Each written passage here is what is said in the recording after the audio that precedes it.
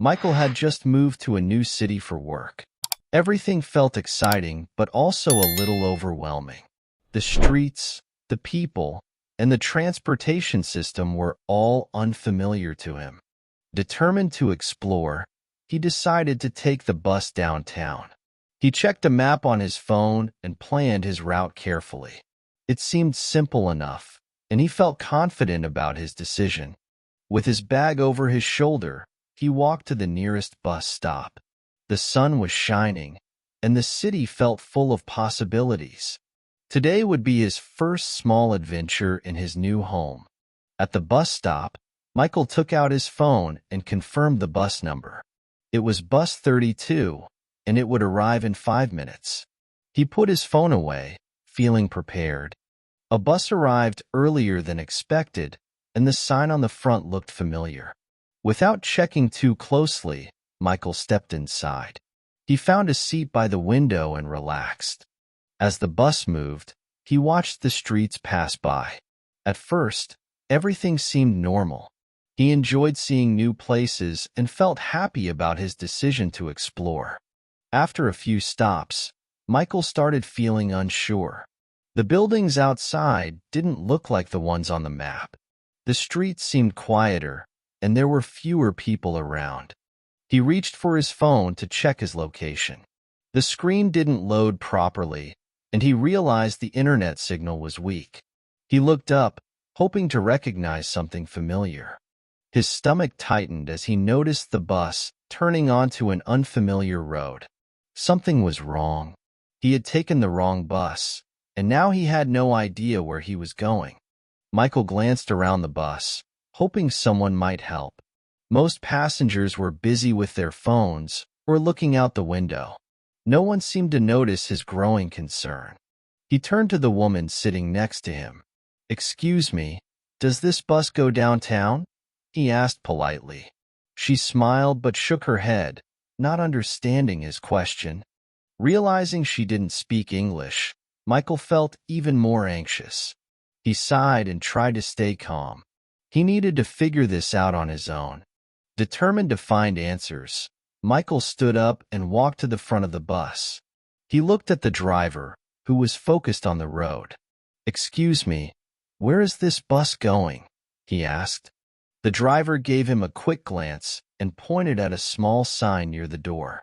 It listed the final stop, a name Michael didn't recognize. His heart sank. He was completely lost. Michael took a deep breath and returned to his seat. He needed a new plan. Staying on the wrong bus wasn't an option, but getting off too soon might make things worse. Michael sat quietly, watching the city fade into unfamiliar neighborhoods. The bus moved farther from downtown, and the streets became quieter. He tried to stay calm, but his hands felt cold. Looking out the window, he searched for anything familiar. The buildings were smaller, and there were fewer people on the sidewalks. He didn't see any signs he recognized. He checked his phone again, but the battery was now at 5%. If he didn't act soon, he would have no way to contact anyone. He had to decide what to do next. Michael pressed the stop button and waited for the bus to slow down. As soon as the doors opened, he stepped out onto an empty street. The bus pulled away, leaving him alone. He looked around and realized he was in a completely new area. There were no tall buildings, no signs of the busy city center. He felt lost but tried to stay positive. Taking a deep breath, he decided to walk in one direction. Maybe he would find a cafe or a shop where he could ask for help. He needed to stay calm and think clearly. Michael checked his phone one last time, but the battery died. Now, he had no internet, no GPS, and no way to call anyone. He sighed, feeling frustrated. He saw a few small houses and a quiet street with parked cars. The area seemed safe, but there were no buses or taxis around. He had to find another way back. Taking a deep breath, he reminded himself that panicking wouldn't help. He needed to find someone who could give him directions or at least help him figure out where he was.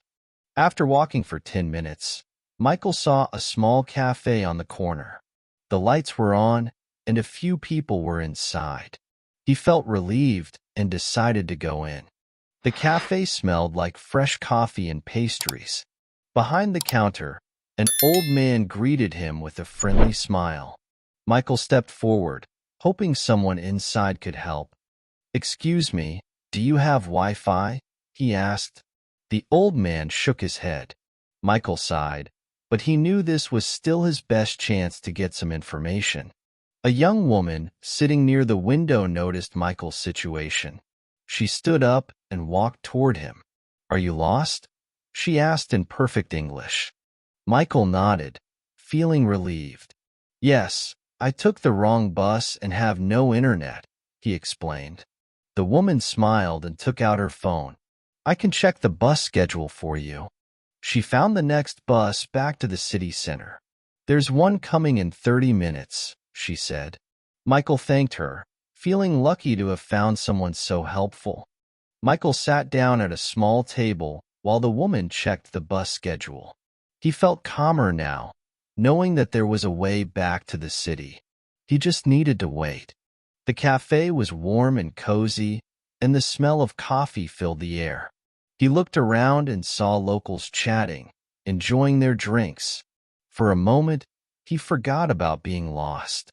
The woman pointed to a nearby bus stop. "That's where you need to go," she said. Michael smiled, grateful for her help.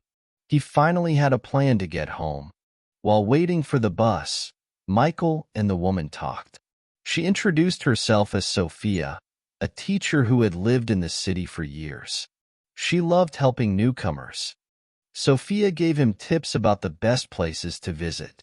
"Next time, try the metro. It's easier than the bus," she suggested with a smile. Michael laughed, agreeing with her. He felt lucky to have met someone kind. Instead of feeling frustrated, he started to enjoy the adventure. Maybe getting lost wasn't such a bad thing after all. After what felt like a long wait, the bus finally arrived. Michael checked the number twice to make sure it was correct. He didn't want to make the same mistake again. Before leaving, he turned to Sophia. "Thank you so much for your help," he said sincerely. "Anytime," she replied. "Enjoy your new city." They waved goodbye as he got on. As the bus pulled away, Michael felt relieved. This time, he knew exactly where he was going. He sat by the window, watching the familiar streets appear again.